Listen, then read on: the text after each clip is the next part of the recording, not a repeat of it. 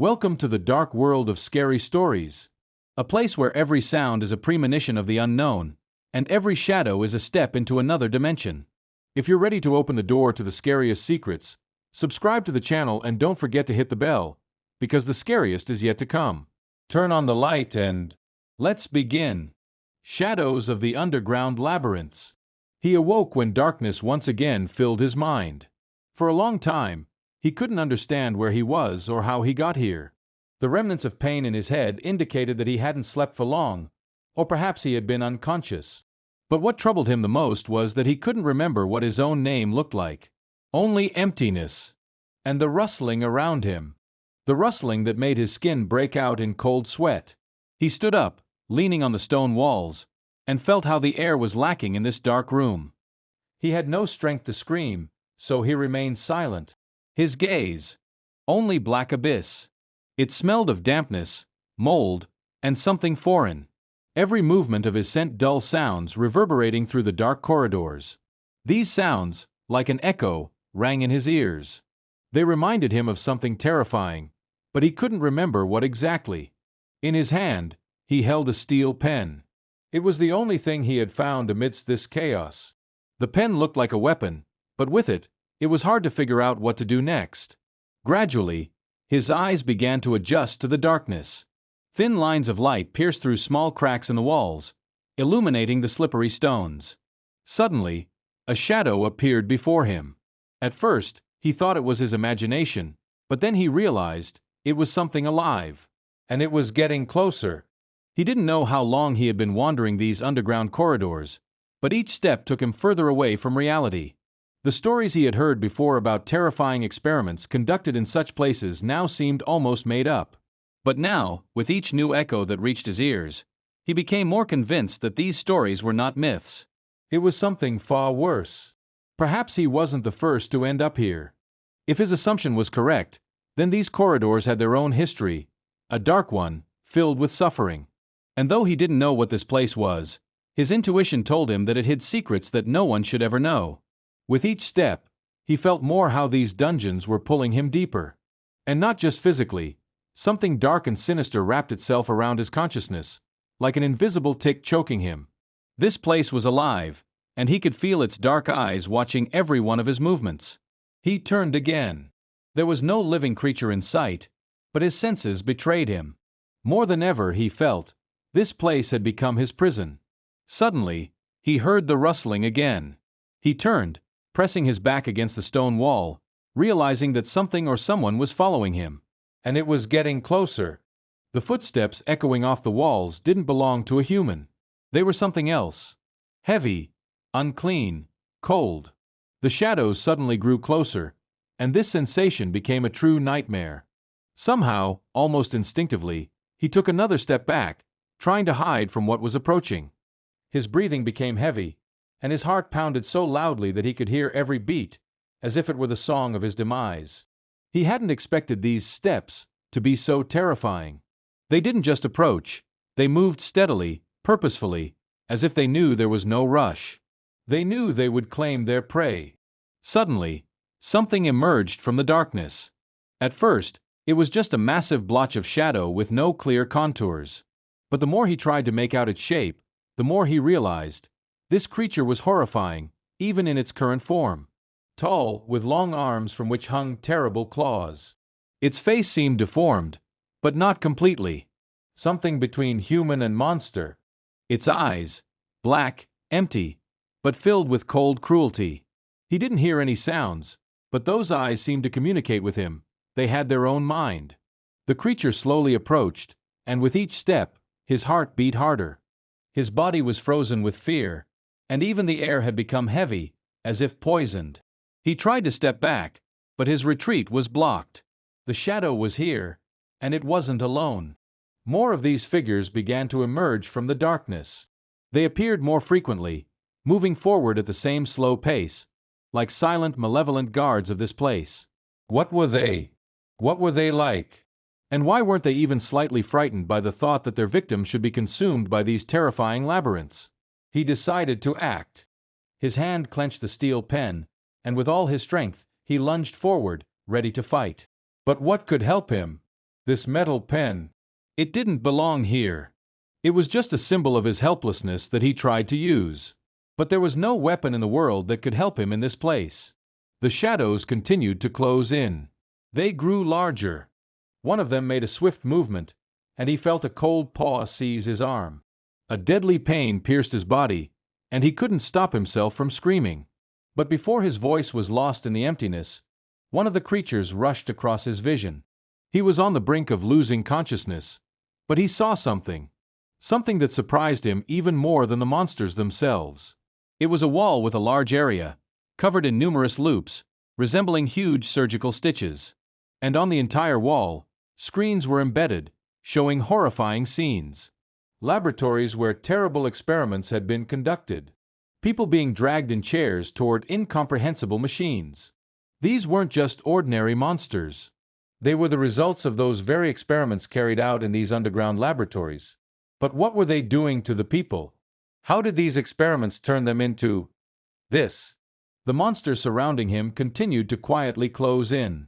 And suddenly, he realized that the true goal of these underground labyrinths wasn't only to torment their victims, but to make them part of something bigger, something darker.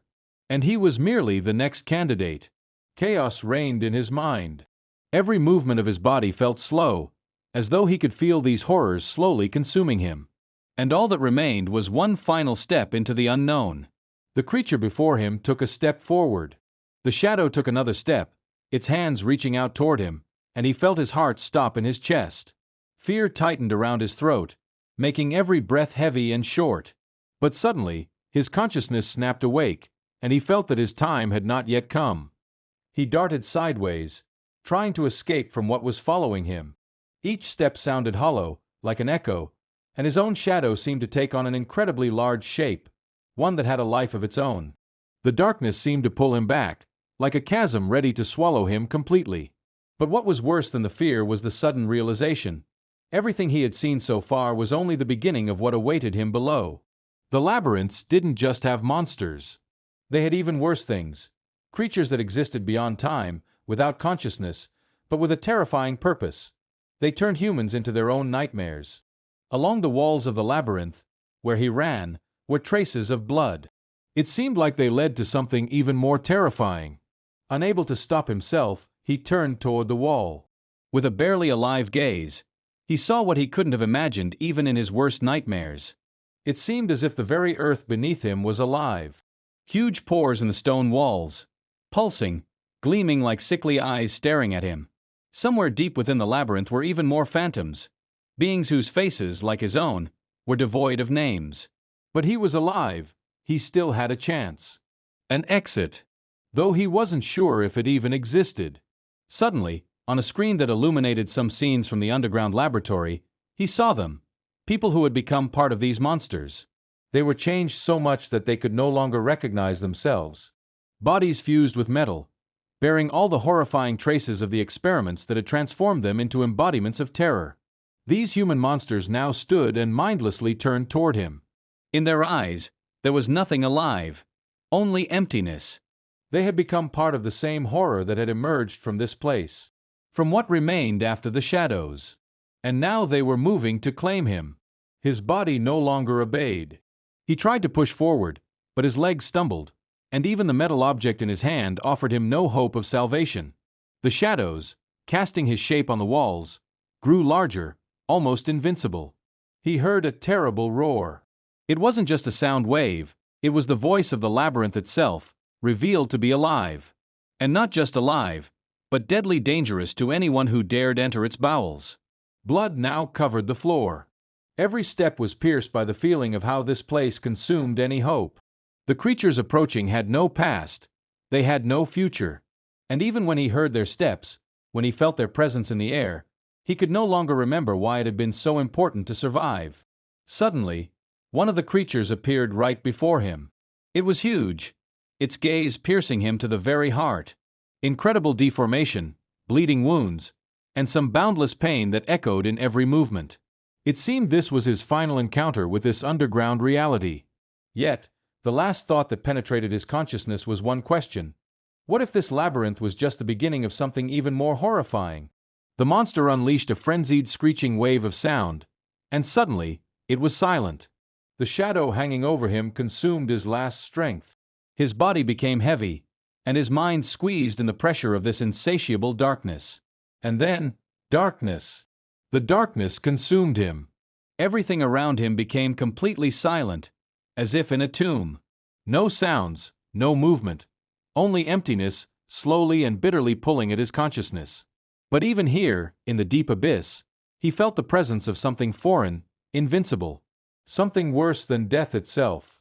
His eyes slowly opened. It wasn't just awakening. It was like returning from another world, but everything remained the same, darkness and cold. Had he woken up, or was this an illusion?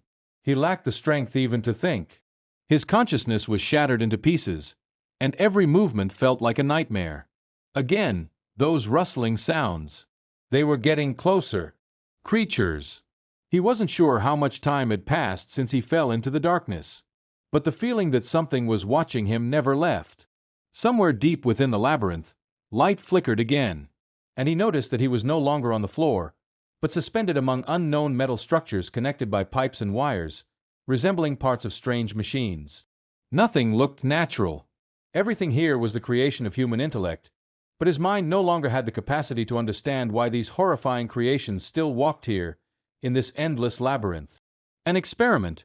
This was all an experiment, he thought, trying to gather his thoughts, but they scattered like flies in the dark.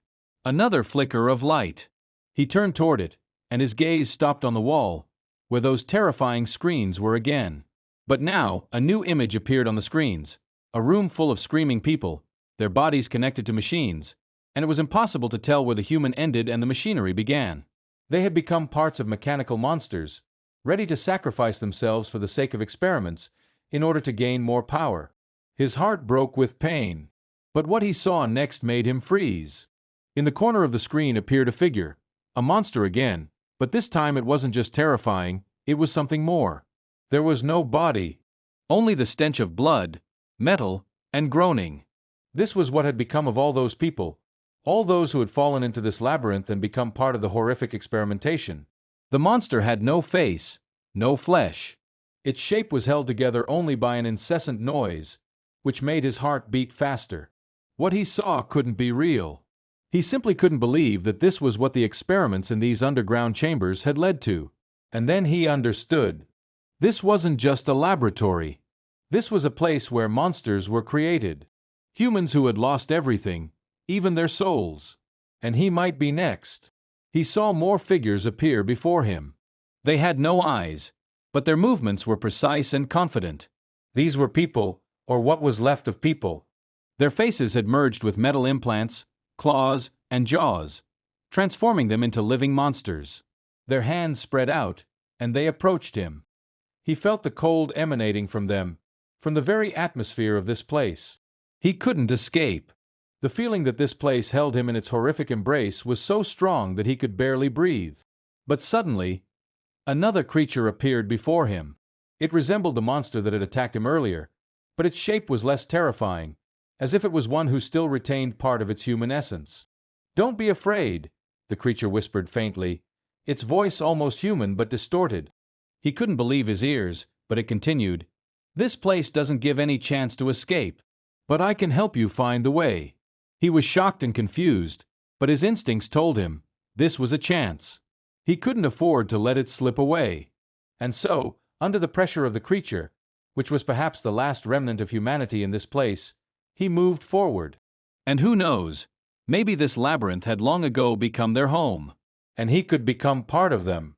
They walked together, he and the creature that had once been human. Its movements were smooth, yet strange, as if it still didn't quite understand where it was or what had happened to its own life. Yet, it led him, silently, simply acting. Its appearance was eerie. The deformities of its body clashed with what remained of human features. But its eyes, though lifeless in appearance, still carried some attempt at compassion, as if it too longed to escape this place. The shadow that slid behind them was as alive as if the darkness itself wouldn't release them but instead coiled around them, stretching toward them to consume them completely. He tried to understand what was happening. How was this possible? How could this creature, which had been a part of this hellish place, decide to help him? And was it truly on his side? Step by step, they descended deeper into the labyrinth, and every movement echoed through the space, triggering quiet sounds that came from the dark corridors. As if someone or something was watching them, following them. He felt it in his skin. Each step became more uncertain, and it unsettled him. Where are we going? He couldn't hold back, his voice barely hanging on the edge of fear. The creature seemed not to hear him, for it silently led him forward. And suddenly, when he had nearly lost hope, they found themselves in another part of the labyrinth. There was light here. Striped lamps hanging from the ceiling gave the place a sinister look, but it was still a strange kind of respite from the constant darkness that had swallowed them earlier. But what they saw made him gasp. It was a room, probably the largest in the labyrinth, and all the walls were covered with large monitors, showing not only experiments but also scenes where people were tortured, changed beyond recognition. Natural faces merged with horrifying mechanisms, and their screams and groans seemed like echoes of eternity. This was the final stage of all this horror. What was happening here had no explanation. It was a system with no beginning or end. And the people who had become part of these machines had lost not only their faces but their souls. Suddenly, he realized that everything he had experienced was only preparation for this. All these rooms, all these monsters, they were not random. They were the result of terrible experiments, the goals of which remained a mystery to him. And then the creature walking beside him said, "You won't get out. This place doesn't let go. No one has ever been free here. We're all here, but we're no longer us." Her words pierced his heart. This was the moment when he understood that, even if he found a way out, he would no longer be who he once was. He would become part of this bottomless shadow that they all carried within. Part of the labyrinth that would never let him break free. He turned around, but there was no way back. The shadow that slipped through the corridors was getting closer, and he felt more and more that his own body was starting to become something else. This wasn't a transformation into a monster, but rather the decay of what had once been human. "We're all here. Are you ready to become part of this?" The creature asked, its eyes emotionless, but its voice was no longer as cold as before. "What do you mean?" His voice was quiet. He couldn't bring himself to say the words, but they already had their answer. "This is no longer your fight. You're here because you must become one of us." And in that moment, in the labyrinth, where light and shadows merged into one, he understood that he couldn't escape from what he had already become part of. His body, his consciousness, were tangled in these horrific experiments, in this endless darkness where there was no comfort in freedom. And yet, he kept moving forward, feeling how the darkness consumed him more and more, just as it had consumed all who came before him. And this was only the beginning. His consciousness was slowly fading, and every step became less and less human. He felt his body becoming part of this dark, formless mass that once could have been called alive. The labyrinth around him had no boundaries. The appearance of walls resembling various machines and deformities mixed with his reality, clouding what was left of his memory. The creature walked beside him, and its shadow grew more substantial, as if it had become part of this nightmarish environment.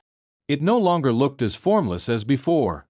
Now its movements were faster, more calculated. It seemed to have become part of the underground mechanism that knew no rest.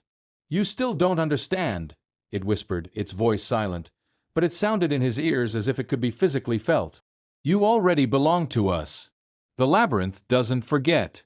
With every word, he felt a part of his former self peel away. It was as if his consciousness was slowly crumbling into fragments and the darkness of this place. His memories began to fade, like overexposed photographs. The faces of people who once mattered to him turned into shadows, and nothing remained in his mind. The shadow that pursued him didn't allow him to take a single step back. It consumed every movement, every thought, as if the shadow itself was draining the life out of him. And suddenly, he saw it, the exit. This wasn't a normal exit. It was just another room with black walls, but somehow its appearance was different from the others. It was a glowing, pulsating line running straight through the center of the room, like an object that contained within it countless invisible forces. The creature walking beside him paused, looking at him. "An exit? You think there's an exit?" Its voice was so cold that he felt his insides freeze. "You can't escape. The labyrinth. This is all that remains." He didn't hear her. He only saw that pulsating line. It was like the last chance. The final impulse. Without hesitation, he rushed toward it, feeling his legs turn to stone and his skin transform into metal, pulling away from his body. The sensation was incredibly painful, but he didn't stop. The line shone to him like a beacon, promising to lead him out of this hell. The shadows on the walls began to move with him. They spiraled around his body, stretching toward him, but he didn't stop. And then, when he was almost at the exit, when his fingers were already touching the light, he heard her footsteps behind him. The horrible sound of metal scraping against concrete slabs. It was her. The shadow he could never escape. "Don't run," her voice sounded in his ears like cold wind. "You won't be able to escape. This place chooses you." And suddenly, at the moment when he reached the light line, he felt it, the endless, all-consuming pain. His body disintegrated in the air, like torn pieces of an old machine that no longer worked. And even the light could not stop the darkness that consumed him. Everything vanished into the black abyss. But just before the darkness engulfed him completely, he understood. This wasn't an exit. It was another trap. The labyrinth had no end. It was impossible to escape from it. He became part of this place. They all became part of the labyrinth. And so, as darkness once again envelopes you, we say goodbye, but not for long. Remember, the night is never truly safe. Subscribe so you don't miss the new horrors, and come back when it's time for new nightmares. Beware of the shadows. They are always near. Until next time.